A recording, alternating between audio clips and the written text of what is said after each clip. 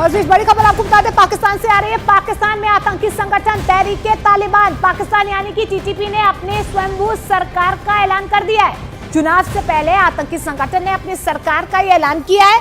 आतंकी संगठन टीटीपी ने 2024 के लिए पाकिस्तान में अपनी कैबिनेट और पाकिस्तान के सूबों में अपने गवर्नर्स का भी ऐलान कर दिया है और बकायदा इसकी लिस्ट अपनी वेबसाइट पर भी जारी कर दी है। टीटीपी ने मुफ्ती नूर वली महसूद को प्रमुख बनाया है, जबकि आतंकी कमांडर मौलवी अजमतुल्लाह महसूद को मालाकंड डिवीजन का गवर्नर घोषित किया है। इसके अलावा पाकिस्तान के उत्तरी पंजाब के तौर पर आतंकी कमांडर हिलाल गाजी के नाम का ऐलान किया गया है।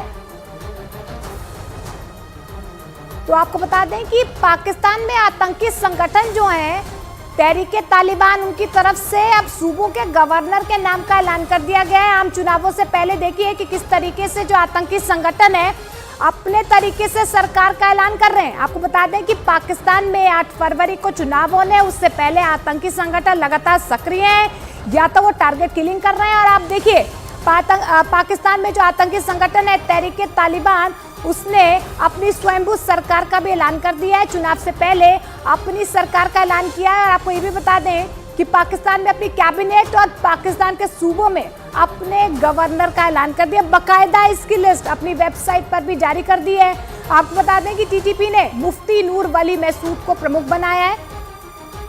और ओपी तिवारी हमारे सहयोगी फोन लाइन के जरिए हमारे साथ जुड़ रहे हैं। ओपी, ये क्या हो रहा है? पाकिस्तान में आतंकी संगठन या तो टारगेट किलिंग कर रहे हैं चुनावों से पहले, अब ये ऐलान। बिल्कुल मोनिका, मैं आपको बता दूं कि तहरीक-ए-तालिबान पाकिस्तान अफगानिस्तान के तालिबान की तर्ज पर पाकिस्तान को अपना पूरा राज्य मानता है और उसके अनेक जगहों पर अपने गवर्नर और अनेक अधिकारी की नियुक्ति हर साल करता है। लेकिन सबसे महत्वपूर्ण बात यह है कि केवल नियुक्ति ही नहीं करता है, जिन इलाकों में वो अपनी नियुक्ति करता है उन इलाकों में अपने वर्चस्व की लड़ाई लड़ता है। और कई बार वहाँ के सुरक्षा बलों और स्थानीय प्रशासन पर इतना हावी हो जाता है कि उन इलाकों में उसका पूरा वर्चस्व कायम हो जाता है। यही कारण है कि उसने पाकिस्तान के चुनावों से पहले एक बार फिर अपनी लिस्ट जारी कर पाकिस्तानी प्रशासन और वहाँ की एजेंसियों और सुरक्षा बलों पर एक जोरदार तमाचा मारा है।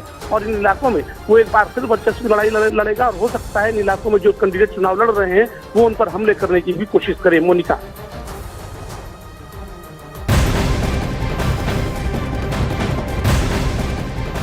बात महाराष्ट्र की सियासत की। महाराष्ट्र विधानसभा स्पीकर राहुल नार्वेकर ने मुख्यमंत्री एकनाथ शिंदे और उनके गुट के विधायकों के खिलाफ अयोग्यता मामले में फैसला दे दिया।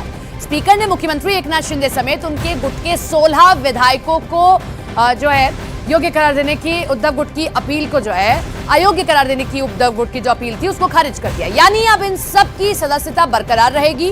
इसके साथ ही स्पीकर ने कहा कि शिंदे गुट ही असली शिवसेना और उसे व्हिप जारी करने का भी अधिकार है।